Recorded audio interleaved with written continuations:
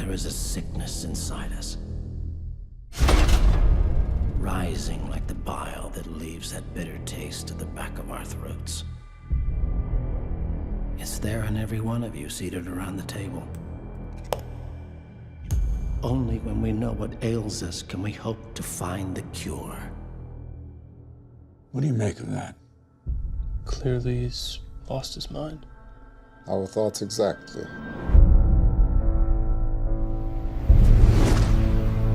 We'd like you to go to Switzerland and bring Mr. Pembroke back to us.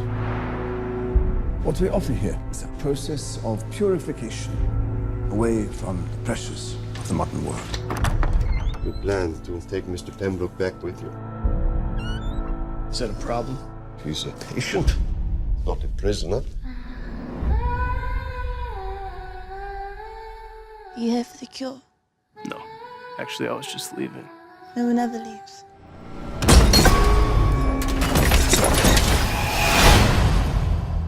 Welcome back, Mr. Lockhart.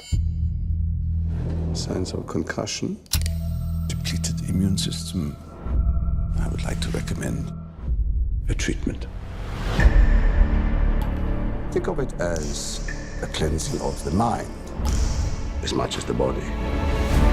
Some patients experience visions. But rest assured, it's just the toxins leaving the system. There is a terrible darkness here. That was 200 years ago. This is happening now. You said no one ever leaves. What happens to them? I saw the bodies! Listen to yourself. You're not a well man. You're trying to make me think I'm insane.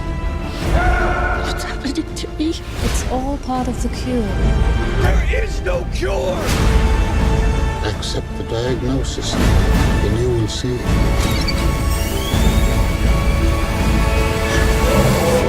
It's wonderful here.